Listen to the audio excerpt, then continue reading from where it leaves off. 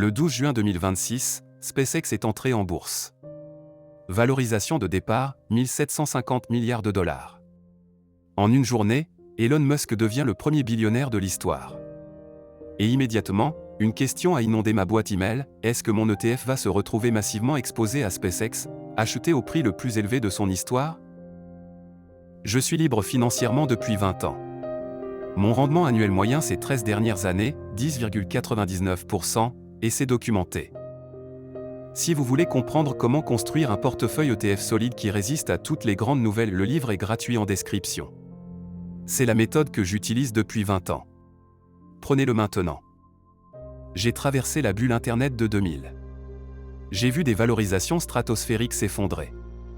J'ai aussi vu des entreprises qui semblaient surévaluées devenir les plus grandes du monde.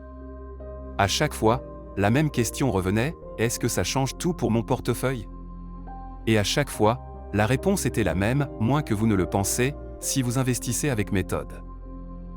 Voici ce que vous devez comprendre sur SpaceX et votre ETF. Les grands indices comme le MSCI World ne pondèrent pas une entreprise sur sa valorisation totale. Ils la pondèrent sur son flottant, c'est-à-dire uniquement les actions réellement disponibles à l'achat sur le marché. Elon Musk et les insiders de SpaceX conservent 96% des actions. Seulement 4% sont en circulation libre. Ce qui signifie que dans votre ETF mondial, SpaceX ne pèse pas comme une entreprise de 1750 milliards. Il pèse comme une entreprise d'environ 75 milliards. Son poids réel dans votre portefeuille, 0,08%. Quelque part autour de la 165e position sur 4500 entreprises plus petits qu'Uber. Et le SCP? Encore plus strict. Toute entreprise souhaitant y entrer doit justifier de 12 mois de cotation boursière et d'une rentabilité prouvée. SpaceX a enregistré 4,9 milliards de dollars de pertes opérationnelles en 2025. Malgré la valorisation, malgré le bruit médiatique, SpaceX n'entrera pas dans le SCP de sitôt. Quand on gère 20 000 milliards de dollars d'actifs, la prudence n'est pas une faiblesse. C'est une responsabilité.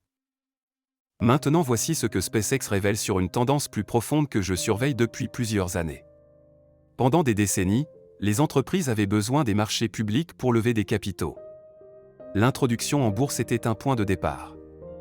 Aujourd'hui, les entreprises comme SpaceX arrivent en bourse après avoir déjà créé l'essentiel de leur valeur dans le privé. L'introduction n'est plus un point de départ. C'est un point d'arrivée à un moment où les fondateurs monétisent leur participation. L'investisseur passif arrive plus tard dans l'histoire. Mais il reste exposé au potentiel futur. L'erreur que font 90% des investisseurs, laisser les grandes nouvelles dicter leurs décisions. SpaceX entre en bourse, ils paniquent, ils achètent, ils revendent. Le bruit médiatique devient leur boussole. C'est exactement l'inverse de ce qui fonctionne. Ce qui fonctionne, c'est ce que j'ai appliqué pendant 20 ans, investir régulièrement dans des ETF diversifiés, tenir dans les crises, et ne pas laisser le bruit médiatique dicter mes décisions.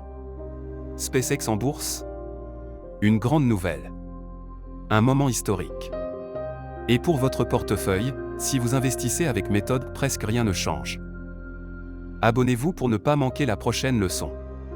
Et pour construire cette méthode étape par étape, le livre est gratuit en description.